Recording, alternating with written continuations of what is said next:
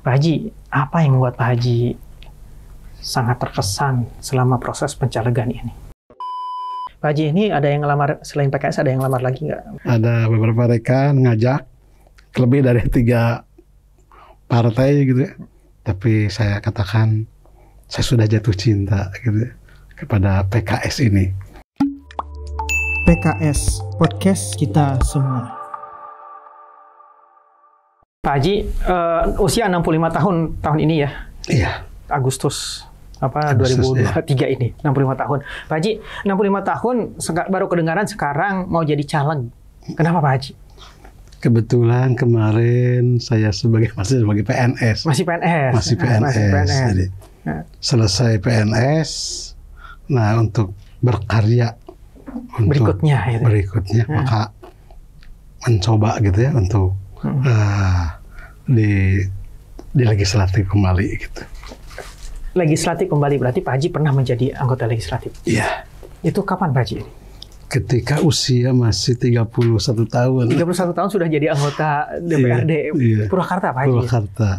Itu berarti zamannya Pak Harto ya itunya? Betul. Zamannya Orde Baru gitu ya. Apa bedanya Pak Haji? Kalau ada bedanya nggak sih jadi anggota DPRD? Kalau dulu kebetulan saya mewakili pegawai negeri. Delegasi dari pegawai negeri. Pegawai negeri. Juga dari pemuda. Maka dulu beda nuansanya dengan sekarang. Beda. Kalau dulu Orde Baru hanya 3 partai. Tapi Pak Haji waktu itu jadi anggota DPRD masih jadi PNS juga berarti? Ya, masih jadi PNS. Jadi boleh merangkap ya? Iya, masih bisa merangkap. Pak Haji, kalau dari gaji itu gimana Pak Haji? Waktu dulu ya jadi Kalau dulu kebetulan gaji anggota DPRD itu dengan pegawai negeri jauh lebih besar pegawai negeri. Gitu ya. Dulu pegawai negeri sudah dengan tunjangan itu ya 5 juta dan gaji DPRD 1,5 juta. Tahun 90-an. Tahun 92. 92 ya ininya. 92. Jadi jauh gitu, makanya ketika disuruh memilih, kata Pak Rektor, wah ini kasihan kalau disuruh memilih. Maka diperkenankan mengajar saja. Tapi masih bisa ngajar waktu itu? Masih bisa ngajar. Pak Haji, secara iklim politik, bedanya waktu Pak Haji jadi anggota DPRD dulu, gimana tuh Pak Haji? Beda sekali gitu ya, beda sekali ya. Kalau dulu sebagai politisi juga sebagai pemerintah juga, mengamankan pemerintah juga gitu. Nyampur gitu ya. Ya. Kecuali kalau dulu kan ada Golkar, ada 2 partai politik. P3 dan PDI. PDI. Belum jadi perjuangan. Belum PDI gitu. Nah, kalau sekarang kan nuansanya beda. Betul, gitu ya. Beda. Apakah di situ jadi pemegang kebijakan juga nggak Pak Haji, anggota DPR itu? Kalau dulu agak semu gitu ya, agak semu. Karena mungkin satu suara atau gimana Pak Haji? Dalam artian tadi itu kita sebagai aspirator dari masyarakat, kedua juga harus mengamankan kebijakan-kebijakan pemerintah. Kalau sekarang kan murni gitu ya, murni politisi. Dari masyarakat dan juga yang partai bisa memilih untuk jadi oposisi atau gimana ya Pak Haji? Pak Haji kenapa pilih PKS dari belasan partai yang ikut pemilu? Kenapa Pak Haji pilih PKS? Kalau kita lihat gitu ya, mengapa saya milih PKS? Ini beda sekali gitu. Jadi perjuangannya, kalau yang lain kelihatannya hampir dekat dengan pemerintah. Kalau PKS ketika ada kebijakan-kebijakan pro rakyatnya kelihatan gitu ya. Kelihatan. Jadi berjuang untuk kepentingan masyarakat cukup tinggi. Sejak kapan Pak Haji menyadari hal tersebut? Apakah sejak PKS muncul di akhir 90-an atau bagaimana Pak Haji? Saya mengenal PKS ketika tahun 2004. Kebetulan waktu itu saya di Mekah gitu ya. Justru yang berjuang untuk membantu para jemaah haji itu membawa bendera PKS. Gitu ya. Membawa bendera PKS. PKS ada di Mekah juga, di Madinah juga ada gitu ya. Membantu yang kesasar, terus membantu orang tua gitu ya, mengarahkan. Itu pertama kali Pak Haji berinteraksi dengan orang-orang PKS. Iya. Terus lagi melihat kesininya bahwa PKS itu merupakan satu partai dakwah. Partai dakwah. Walaupun sekarang sudah berbeda ya Pak Haji. Berbeda, iya. Tetapi hati nurani itu lebih lebih dekat dengan ya visi dan misi PKS. Itu memang Pak Haji sudah melihat kecenderungan itu sudah sejak lama ya atau gimana? Maksudnya sejak dari masih jadi aktif di PNS gitu. Iya, betul. Saya melihat ini partai yang betul-betul sama dengan hati nurani saya gitu ya. Kenapa enggak Pak Haji melamar di 2019 misalnya kayak gitu? Iya. Dulu saya berminat gitu ya. Tetapi kebetulan pada waktu itu saya sebagai pimpinan perguruan tinggi negeri, jadi nggak bisa gitu ya. Nggak bisa. Betul. Maka pas sekali tahun 2023 ini saya pensiun gitu ya, dan menyalurkan aspirasi dari kawan-kawan. Pak, udah lebih pas di PKS aja Pak gitu. Maka saya mencoba terjun di PKS. Pak Haji, kenapa sih pengen sekarang nyalek gitu? Apakah kan Pak Haji ini aktif di dunia pendidikan ya? Iya. Apakah berbagi kebaikannya jadi lebih banyak ketika jadi caleg atau gimana Pak Haji? Iya. Saya kebetulan memang betul gitu ya di pendidikan.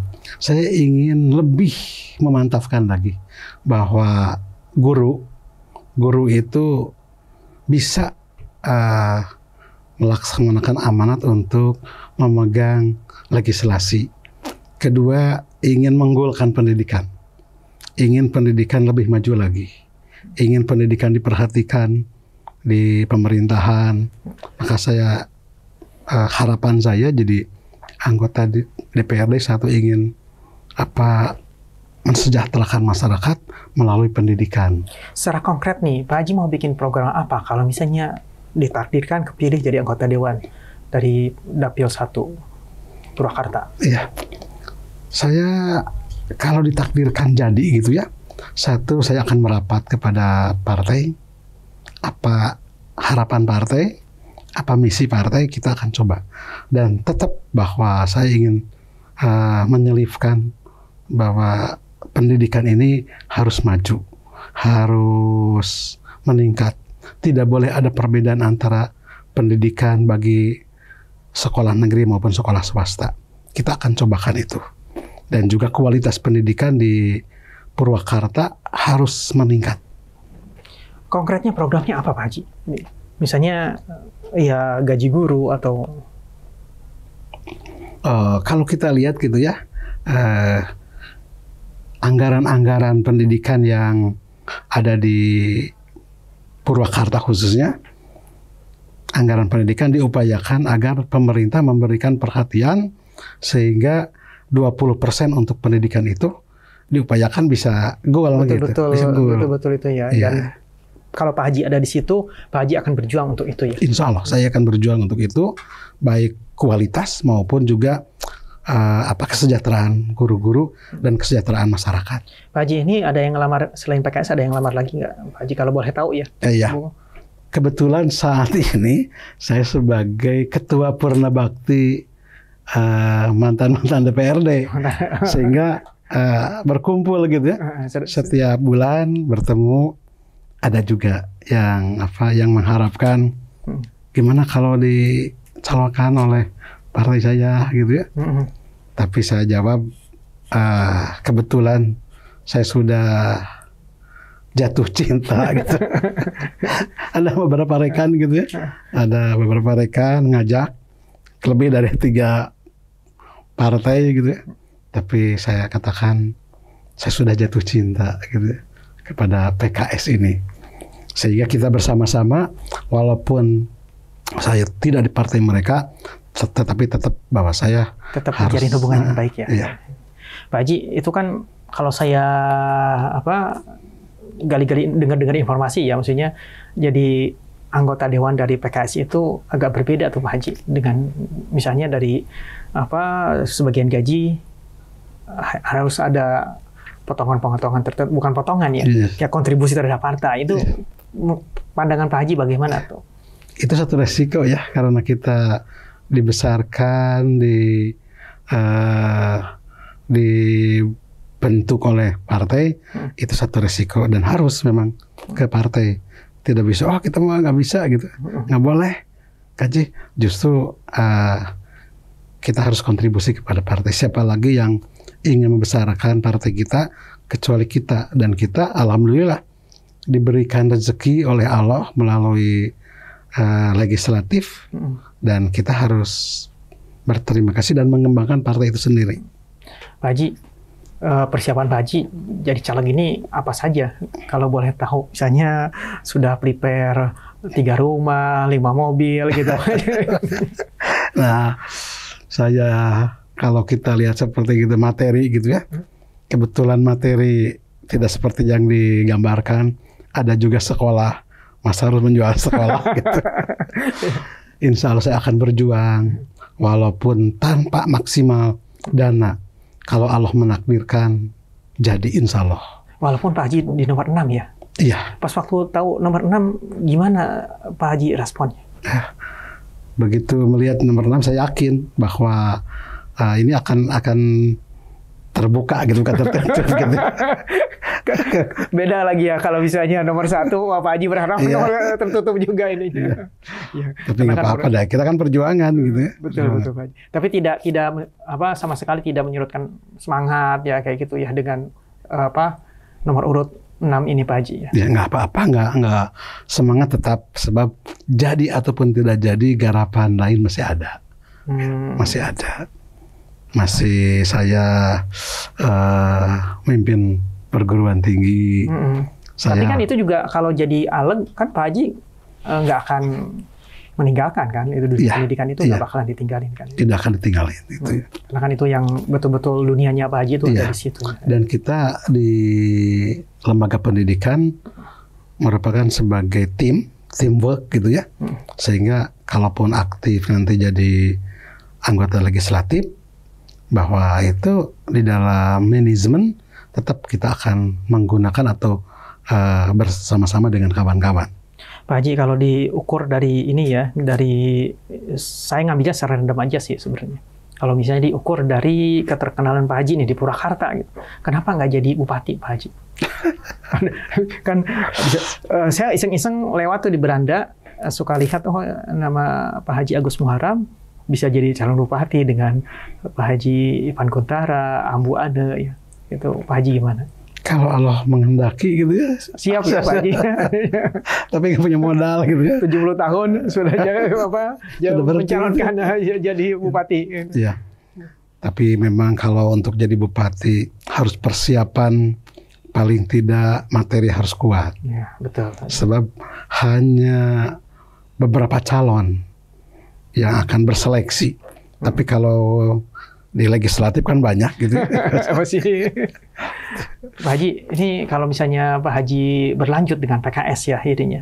Terus secara personal nih Pak Haji ini mau ngapain aja sih sama PKS ini? Saya ketika dulu kan dicalonkan untuk Jawa Barat gitu ya. Provinsi ya? Provinsi, untuk provinsi. Tiba-tiba saya pindah ke kabupaten. Kata saya nggak apa-apa. Nggak protes Pak Haji? Saya nggak. Kalaupun misalnya di kabupaten, asal di PKS aja nggak apa-apa gitu. Kalau di luar itu saya nggak ada minat sama sekali gitu ya. Maka mau di kabupaten ataupun di provinsi itu nggak jadi problem gitu ya. Kita ingin berjuang, kita ingin memajukan Purwakarta melalui legislatif, dan partainya juga itu sudah dikenal dengan mendalam, maka nonsen mau di Purwakarta, di kabupaten juga siap. Bahkan mungkin lebih siap lagi ya Pak Haji, karena kan Pak Haji kan routingnya kuat banget di Dapil 1 itu. Saya juga berpikir mungkin Allah sangat mencintai saya, tidak jauh-jauh berjuang karena usia gitu ya. Bayangin kalau masih di provinsi ya, Purwakarta, Karawang. Betul, mungkin jadi. Pak Haji, intinya tanggapan keluarga sendiri respon Pak Haji jadi caleg ini gimana? Kan mungkin ini sesuatu yang baru ya buat keluarga ya. Iya. Kalau anak-anak karena tahu saya senang bergelut dalam organisasi, setiap saat dalam organisasi, maka tidak aneh. Tidak aneh tidak aneh. Mereka anak-anak mendukung dan mudah-mudahan menjaga kondisi kesehatan aja. Kalau dari ini para pengajar misalnya itu di yayasan ya di sekolah-sekolah Pak Haji itu gimana ya? Mereka masih udah dengar nih, Pak Haji nyalonin nih. Kebetulan karena di yayasan gitu ya, hampir sebagian besar bergerak dalam bidang agama gitu ya.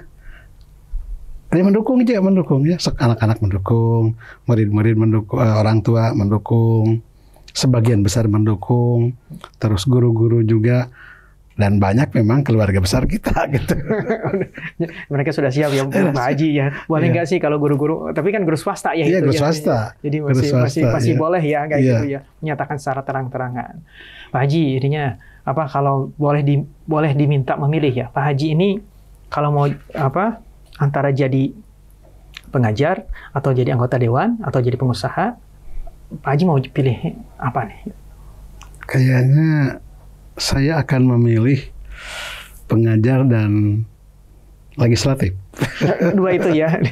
Pak Haji, andaikan misalnya takdir berbicara lain ya, Pak Haji tidak terpilih gitu. Nah itu sikap Pak Haji akan bagaimana ya? Saya mungkin takdir Allah gitu ya. Mau jadi maupun tidak, saya tetap bahwa saya akan menerima apa yang ditakdirkan oleh Allah. Dan tidak akan mundur dari PKS. Nggak sayang juga sama duit yang mungkin sudah keluar ya Pak Haji? Ya kan jadi caleg nggak mungkin lah modalnya cuma 20.000, 30.000 gitu ya. Iya, itu kan perjuangan ya. Setiap perjuangan pasti ada pengorbanan. Nah jadi kita lihat ke sana. Ada pengorbanannya gitu ya. Baik. Ada upaya harus ada usaha pekerjaan itu pasti ada yang mengeluarkan pendanaan. Kita lihat ke sana aja. Nggak mungkin nggak ya ininya ya. Pak Haji, apa yang membuat Pak Haji sangat terkesan selama proses pencalegan ini sejauh ini ya? Iya. Saya terkesan di PKS gitu ya. Di PKS. Saya lebih menyenangi ketika ada pertemuan di Kota Baru. Di Kota Baru. Ikut ke sana dan melihat ketika dulu di partai yang lain agak beda. Bukan agak, bedanya besar sekali. Pas waktu Pak Haji jadi anggota DPRD itu di partai lain itu ya. Ataupun saya lihat ke partai-partai lain gitu ya. Ketika istirahat makan, hampir sebagian besar tidak ada yang berdiri. Duduk, ya. Saya terkesan, ini sesuai dengan sunnah Rasul. Jadi dari hal kecil. Saya tanya, kenapa ini makan sambil duduk walaupun di teras? Dilihat gitu ya, hampir 90% pada duduk walaupun di teras. Ini Pak, katanya Pak, partai kami memang beda gitu. Makanya begini gitu ya. Terus juga saya lihat ketika sambutan, hampir orang yang nyambut itu hampir sebagian besar, malah bukan hampir sebagian hampir semuanya itu